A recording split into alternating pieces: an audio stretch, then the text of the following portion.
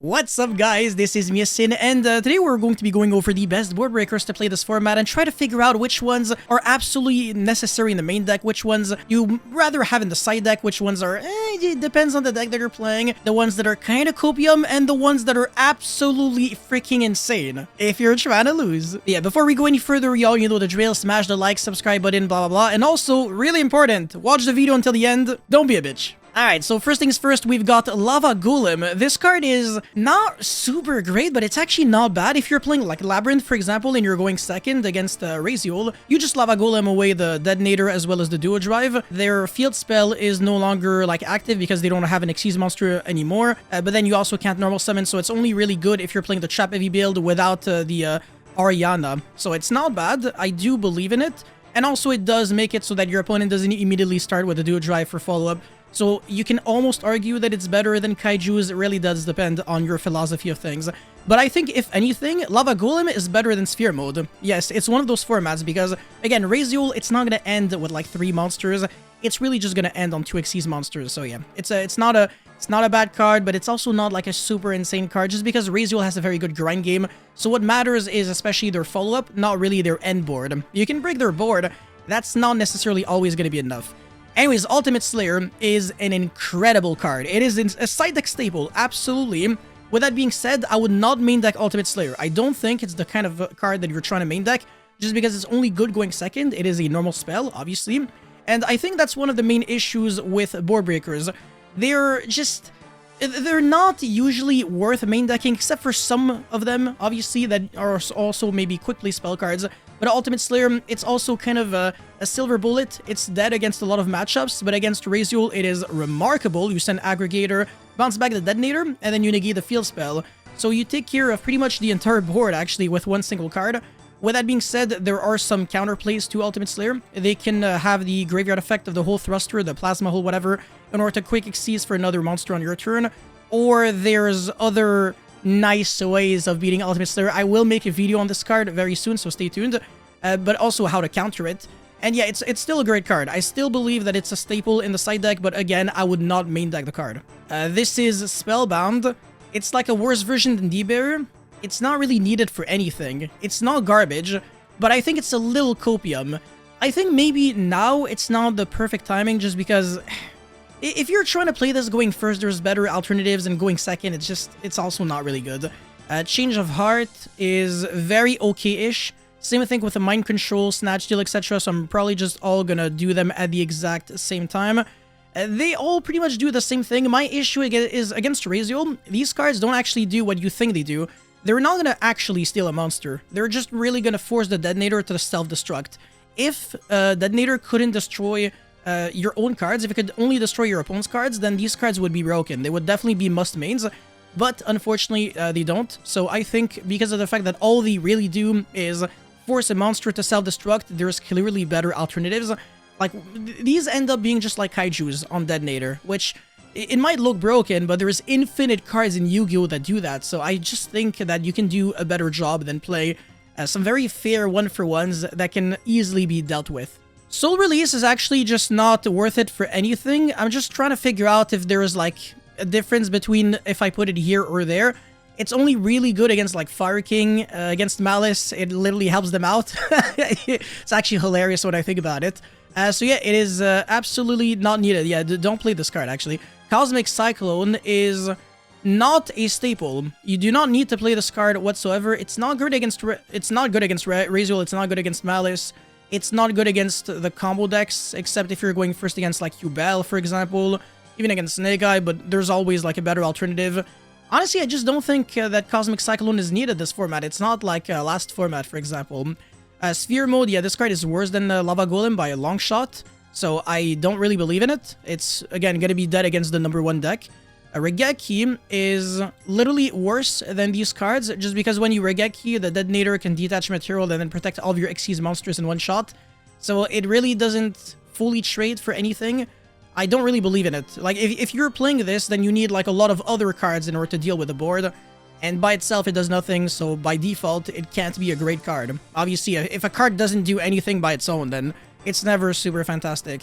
Okay, Swords of Concealing Light, you're not playing this because Detonator can just destroy it, so Book of Eclipse is much, much, much better.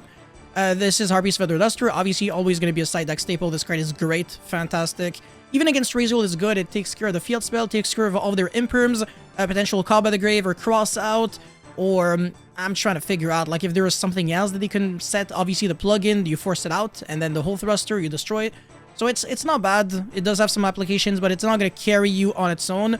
And if your opponent just has a lot of hand traps in hand, and only the field spell as the only card to destroy, this card doesn't really do much of anything. So it's not always super great, but if you're playing like a Go second deck, then you have to main deck this card. Book of Moon is also okay-ish. I don't like the fact that, first of all, it targets, and also it's only one monster. So clearly there's better alternatives, but I do like the fact that if you get impermed on your duo drive, you can chain Book of Moon and then protect yourself from that. So it basically behaves as a crossout, and I think this is really good. So I think Book of Moon is a solid option, but again, where there's Book of Moon, there's also the other books, and Book of Eclipse being like the number one that I'm trying to think of. Yeah, Lightning Storm, this is very comparable to Harpy's Feather Duster. Also not too great, just like Regeki against the Xyz monsters, just because they're not gonna die. And Baguska is summoned in defense, so even if they just go Baguska Pass, Lightning Storm doesn't destroy it. So it doesn't line up very well against the Razor deck, and against Malice, this card is abysmal. If you destroy spells and shafts, they just chain the GWC, and then summon the White Binder, banish everything, and then get the Chap card later on. Honestly, these cards, not too great against the best decks. It is just like that, but they're still great cards overall.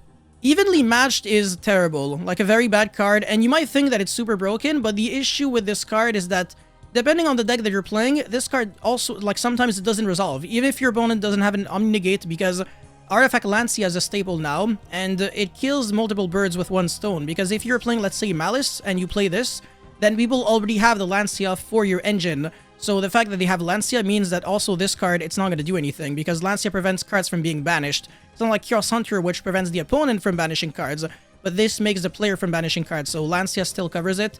I don't think Evenly is a good card against Razor anyways. There are so many workarounds, and even if you just keep one Xyz monster on the field, that's good enough. Like, what are you going to lose? Like, the Duo Drive and the Field Spell? It looks broken, but it's really not. Like, you're still, again, giving up, like, one card and your battle phase. And if you have multiple Evenly matches, it's even worse. So I really don't believe in it. There's clearly better board breakers to play. This card, there's a very good reason why it's phasing out in the OCG. Forbidden Chalice is worse than any of the book cards, any of the cards that can steal, but going second, no, it's actually really bad. It's really, even going second, it's way worse than them. Going first is where you can argue at the very least it can be set and be used as an interruption, but it's still really bad. Spell card, Soul Exchange. It's actually kind of not bad. Yeah, if your deck can tribute summon, but again, other than Flunderies, there's none, so it's still a Copium card, just because it's only good in a Copium deck. Yeah. Anyways, Forbidden Droplet, this one is also a side deck staple. I don't think it's a card that you have to main. As a matter of fact, most of the board breakers I don't think are cards that you have to main. Even Forbidden Droplet, which is a very good one, by the way. But Forbidden Droplet, what I like a lot about it is that if you're playing, let's say, Mermail, then you can droplet the Abyss Dweller, and then that way it doesn't resolve. There's another card out here that can deal with Abyss Dweller, very similar to Forbidden Droplet. You will see it very soon. But I think Forbidden Droplet, at least it can deal with things that Ultimate Slayer can't necessarily deal with. The issue with this card, obviously, is that it's very expensive. You have to send a lot of cards from your hand and or field to the graveyard in order to use it. So that is my issue, unfortunately, with it. Triple Tactic Talent is a very interesting one. This one, it depends on your philosophy and your deck building. If you're playing a lot of board breakers, you might as well commit to Talent as one of them that you main deck, because I don't think side decking Talent and not main decking it makes sense. I think if you're choosing to play Talent, you might as well main deck it. So this is the reason why it's in this section. I'm not saying that Talent is such a broken card that you have to play it over every single one of these cards. What I am saying, though, is that if you're committing to playing board breakers, this one is clearly one of the first ones that comes to my mind, just because it is universally good going first and second, because obviously people are going to play so many hand shops this format, like 21 hand shops, upwards of sometimes even 25. It's a ridiculous number, and that's because every deck out there is a one-card combo deck with a very compact engine where every card is a starter, and then there's always room for so many non-engine cards, and usually the best non-engine cards, it's always the exact same, like 15, 18, 21 hand shops, and then the rest is just a bunch of board breakers. And if you can play Talents, then you can at least recover, draw 2 cards, or look at your opponent's hand and then keep comboing off through your opponent's hand shops. So I think the talent is good for that. But going second, I actually think you can argue it's even worse because stealing a monster, it's not necessarily that great. But although it is nice that it doesn't target, so if your opponent goes Detonator or Destroy, then at least you can steal another monster, which is really cool.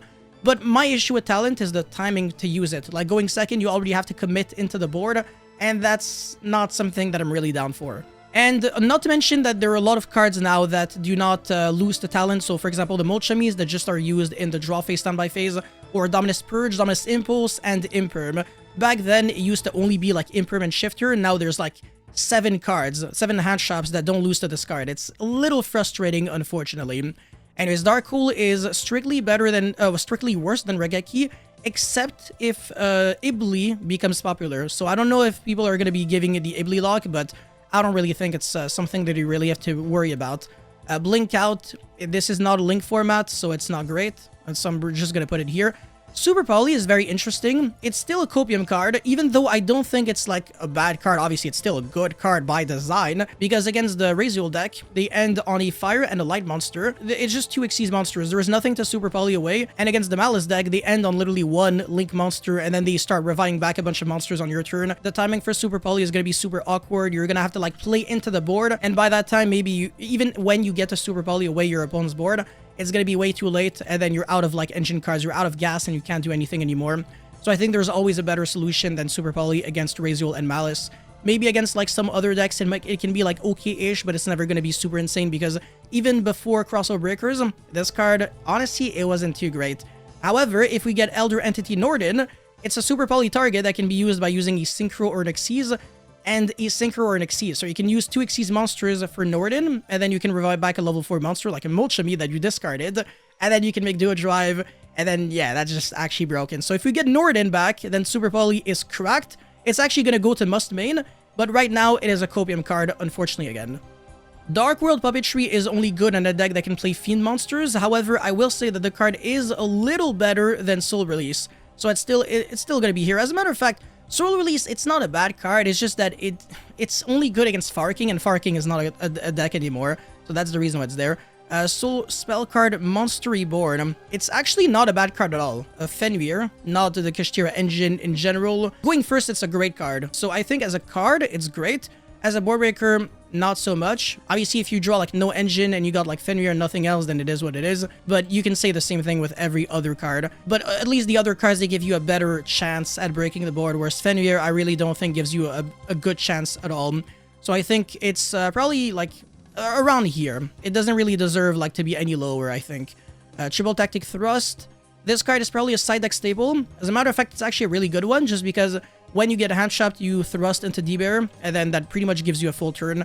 So if you do that, then you can afford to only play 1 D-Bear. Otherwise, you can play like 3 D-Bear, or you can play like 3 Solemn Judgment, 3 Solemn Strike. It's really up to you. There's a lot of nice configurations, but I think thrust into a D-Bear when it's the correct format for that is pretty nice. So yeah, it's a cool card. Book of Eclipse is the best board breaker of the format. Oh my god, this card is absolute insanity. Okay, so unlike Book of Moon, this card doesn't target, which means that if they have the Star Liege rank 4, it doesn't matter. You still book everything face down. It is really good in case your opponent has like Detonator and Baguska, because sometimes they play around one board breaker by summoning 2 big monsters. But it doesn't matter because Book of Eclipse, again, bypasses that. And also, again, if you're going first, you make Duo Drive effect. You get Veilored, Imprint, whatever, you chain Book of Eclipse. Or you get Veiler preemptively, and then you still go, okay, effect, and then chain Book of Eclipse. And your monster still resolves, because monsters that are face down, they can't be negated, obviously. So you still search 2 cards, and then you play from there. It's really good. I really like Book of Eclipse as a card overall. It's great going first and second. It can absolutely be main decked. It actually makes sense, because again, these 2 cards, I mean, to be fair, even Forbidden Droplet is a card that you can main deck, honestly. So maybe just because of that, I'm going to put Forbidden Droplet here. It's just that I don't think it's as great to main deck, just because it costs so many cards. But yeah, Book of Eclipse is just so nice. If you draw multiples and the first one gets ashed, it's even better, because now your opponent wastes the ash, and then you can use Book of Eclipse again. I have tested this card in Raziel, and it was so incredible for me that I really have to recommend it to everyone. Dark Ruler is honestly worse than Forbidden Droplet, because even though it's really good at dealing with Detonator, if you can't OTK your opponent, then your opponent has a guaranteed follow-up, and then you might actually get outgrinded. And I don't really like that. This card is only really good in like unfair combo decks because you negate everything and then you break the board and then you make an unbreakable board. But in a very fair deck like Raziel, if you don't OTK, then your opponent can actually break your board and then it becomes a really bad, I don't know, it's really terrible. And also, even if you Dark Ruler your opponent, the field spell can still be used to detach like one of the materials from the Xyz and then negate your monster effect. Whereas Book of Eclipse, it also deals with the field spell because the field spell can only detach an Xyz material from a Raziel Xyz monster you control on the field. And obviously, if the Raziel Xyz is face down, then it's no longer Raziel Xyz. It's just an Xyz monster. Whereas obviously face up, it still counts as a Raziel Xyz monster, obviously. Okay, Kurikara is not good at all. It has absolutely no good applications. It's really bad against everything. Kaijus are not great, but they're also not like super terrible, so I'm just gonna put them at the very bottom of okay-ish. Clashing Souls is not good this format, but it's, to be fair, it's never really been great. The Sky Striker engine is not bad at all. I think it's a little better than Copium. Maybe it's like around here-ish. So obviously Widow Anchor is a great card. Shark Cannon depends on the format. Against like the Far King deck, then Shark Cannon was better than Widow Anchor. But Widow Anchor, I think against Raziel, it's great because you Widow Anchor away the Detonator and then that pretty much deals with it. So that's nice, and also if you can draw cards, that's really good as well. So it can be playable going first. My issue is if you play Engaged, like Search and stuff like that, then it's kind of like a non-really engine card that searches more cards that make you lose even harder to Joel and Logbird for no good reason. And when you play this engine, then it also clashes with like Nibiru or some other cards like Bestials, whatever. Some other cards that can just be annoying sometimes. I don't know, there's some issues to playing this engine. It's just not like super optimal, and also it means that you're playing less hand traps in your deck. Metaltronius is a very interesting hand trap, extremely interesting one, clearly one of the best ones in the Raziel Mirror match. To be fair though, again, there's so many good board breakers that it's really easy to find one that is just gonna be fantastic. But in the Raziel Mirror match, you summon the Detonator and then you either like banish both face down. That way, even the field spell, it's not gonna have a material to detach. Or you just don't care, and then you negate both, and then you can also make like the Black Knight Lancer, whatever, overlay on top, or you can make like Zeus or a Typhon or something like that. There's a lot of cool things that you can do with Metaltronius. There's even like other options potentially, so I'm gonna have to look into everything that you can use on your opponents, like Raziel Xyz monsters, or against you know, the Malice deck potentially. But I don't think it's gonna be good against Malice, just because they can easily like bypass. I mean, they can also negate this with Cyber's the Zavworm, if I recall correctly, or maybe they can't. I forgot if like your opponent can't use monster effects period or only the monster that you're targeting. I know Ultimate Slayer is monster effect period, so I think this one is only the monster that you're targeting can't respond. So I think because of that against Malice it's not great, but again, this card is only really broken like mirror matches. So in the Raziel mirror match, this card's like it's fine, but again, there's a lot of other options anyways. Zoo King Alpha is terrible, like actual garbage, because if you use its effect, then your opponent just goes Detonator or Destroy, and it doesn't bounce back anything. It has to successfully bounce back a monster in order to do anything. And if you try to go Battle Phase, Crash, then your monster dies because both have 3000, but the Detonator doesn't die because it can just detach material instead. So yeah, this card is garbage into Raziel. And obviously also garbage into Malice. Xyz Core, this card is remarkable, like extremely good, because the thing about Xyz Core is that if you're playing, again, is it better than Forbidden Chaplet? Maybe not, but if you're playing like a Mermail, for example, and your opponent makes Dweller and tries to use it like at the very start of the draw phase, you can just go, okay, no, turn player priority, Xyz Core, put back that Dweller in the extra deck, and then summon back your 2 monsters. The issue is that it does give your opponent follow-up, which is very annoying because your opponent's gonna be summoning back the monsters and then go effect. It could be like X and Thought effect, so search 2 monsters from deck, which is frustrating. Like, it's also not like the end of the world if you're just OTKing your opponent, so it's not too bad. And also the monsters, they become level 3, so they kind of technically do nothing on the field. And then if your opponent summons like an X Raziel next turn, well, actually, I just realized the X Raziel doesn't search because there's gonna be a non-level 4 monster. So you know what? Only Thought Raziel searches. Yeah, it's actually not too bad. I think this card's overall just really good as a card to like get rid of an Xyz monster guaranteed. Even if your opponent has Solemn Judgment, this card will resolve. Same thing with Ultimate Slayer. This card will at the very least send the Aggregator and then negate something on the field. So that's the reason why these 2 cards, they're really appreciated by people. It's because they guarantee something, whereas the other cards, not necessarily. Okay, Pancratops is not good at all because obviously it destroys. That's not a really good keyword. It's really bad against Malice. It's really bad against Raziel. What are you gonna do? Destroy detonator? Okay, protect yourself by the detaching material. It's absolute dog shit.